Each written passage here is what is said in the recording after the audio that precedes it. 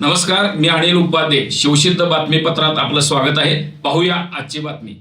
हातकणंगले तालुक्यातील पट्टण कोडोली जिल्हा परिषद मतदारसंघातून भाजपमधून निवडून आलेले आवाडे गटाचे खंदे समर्थक आणि हातकणंगले पंचायत समितीचे माजी सभापती महेश उर्फ दरगुंडा बसगुंडा पाटील जात वैधता प्रकरणी सुनावणी पूर्ण झाली असून जात पडताळणी समितीने त्यांचा दाखला अवैध ठरवला आहे.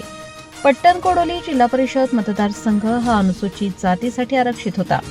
या ठिकाणी चंदूरगावचे सुपुत्र हातकणंगले पंचायत समितीचे माजी सभापती महेश उर्फ दरगुंडा बसगुंडा पाटील यांनी पूर्वी ओबीसी दाखला काढला होता आणि त्यांचा बेडा जंगम जातीचा दाखलाही काढला होता.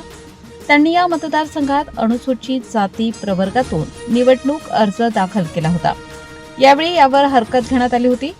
या मतदारसंघातील दुसरे उमेदवार तुषार बाणदार यांनी जात वैधता समितीकडे तक्रार दाखल केली होती, तर अन्य काही उमेदवारांनी न्यायालयात धाव घेतली होती. तरीही या निवडणुकीत अनुसूचित प्रवर्गातून महेश पाटील निवडून आले होते.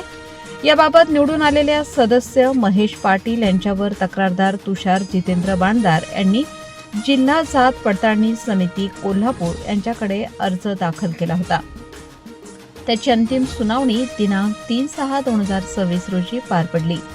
तब्बल 5 तास चाललेल्या सुनावणीनंतर समितीने निकाल जाहीर केला आहे. यामध्ये महेश पाटील यांचा जात वैधता प्रमाणपत्र अवैध ठरवण्यात आले.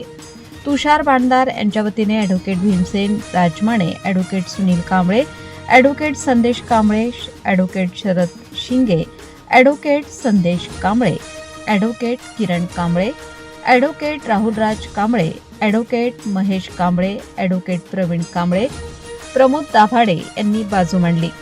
या सुनावणीत जिल्ह्यातील 100हून अधिक नागरिक उपस्थित होते. निकाल लागताच सायंकाळी तक्रारदार तुषार बाणदार यांनी गावामध्ये जल्लोषी मोटारसायकल रॅली काढली. यावेळी साखर पेढेही वाटण्यात आले. या निकालामुळे आवाडे गटाला मोठा धक्का बसला असून त्यांचा अश्व रोखण्यात सर्वसामान्य जनतेला यश आल्याचे अनेकांनी बोलून दाखवले.